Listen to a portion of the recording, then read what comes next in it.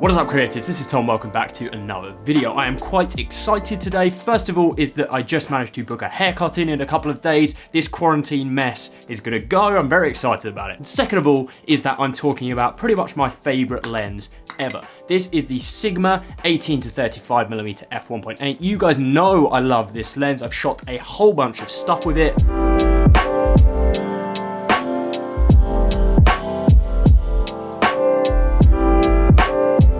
I do not want to, in this video, talk about how great this lens is. You guys know how great this lens is. I've talked about it an absolute ton here on the channel. It's widely renowned to be one of the best crop sensor lenses in existence for pretty much any camera system. However, what I do want to talk about in this video is something which I don't think that many people are talking about, and that is using this lens on the Canon EOS R. That is because the EOS R shoots 4K at a crop factor of 1.7 times. People are always up in arms about the crop factor on the 4K shooting on the EOS R. Personally, I don't really care that much. It brings it in line with most cinema cameras. Lots of these cameras like the C200 shoot with a Super 35 sensor anyway, so really you're not missing an awful lot by not shooting at these full frame views. However, because of that crop factor, it means you can use this lens, the Sigma 18-35mm, with completely unrestricted in 4K shooting, which means that this camera paired with this lens is an absolute 4K beast.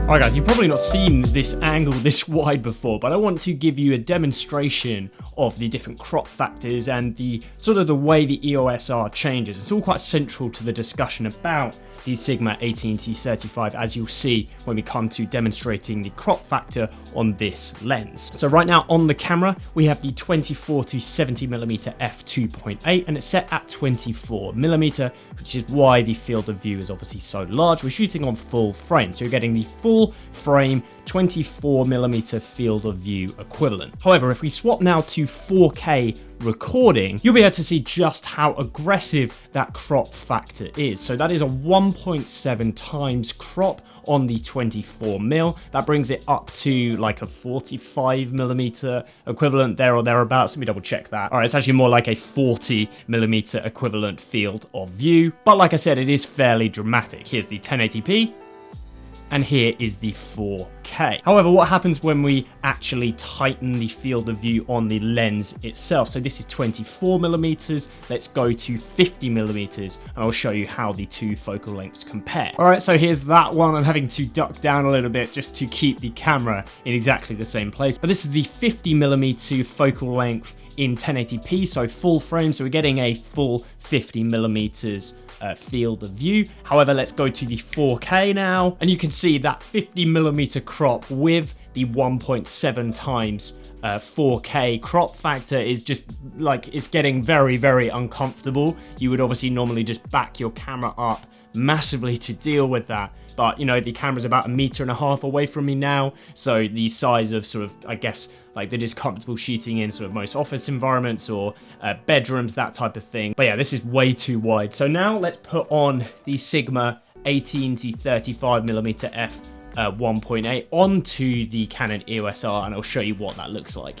All right, here we go. So this is the Sigma 18-35mm on the EOS R now. It's obviously shooting in 4K. You can film in 1080p on the EOS R, but you don't get that full frame view, of course. You don't even get the ability, like you do on these Sony cameras, to switch into full frame mode and then just get the sort of black vignetting circle. It just doesn't let you shoot with the field of view equivalent of a full frame on this lens. Another asterisk to put by the Sigma 35 is that you can't shoot 50 frames a second or 60 frames a second with this lens on this camera because it is EFS-S. Personally, I just use this for additional detailing shots. Because you do have that 4K resolution, you can also use the digital image stabilization. Because you're losing a bit of resolution, it doesn't matter too much because you're shooting in that 4K frame size. But like I said, this is the 4K at 18mm, so let's zoom this up to 35 so you can see what that looks like. And there we go. So the actual working field of view equivalence is about a 30mm to a 60mm. I'll zoom this out. you're getting a really nice focal range to deal with on the EOS R, like that 30mm to 60mm, that encompasses the 50mm field of view range, so it's a really nice focal range for just composition and general shooting. And like I said, I just think this lens is a really good choice, especially if you own it already. And I think that is key, because I do think you need to own this lens already really to make this a viable choice. I use this lens all the time on my Blackmagic Pocket Cinema camera, and it is just a really nice, happy circumstance that I can actually use the Sigma 18-35mm F1.8 on my EOS R. It's not a total write-off.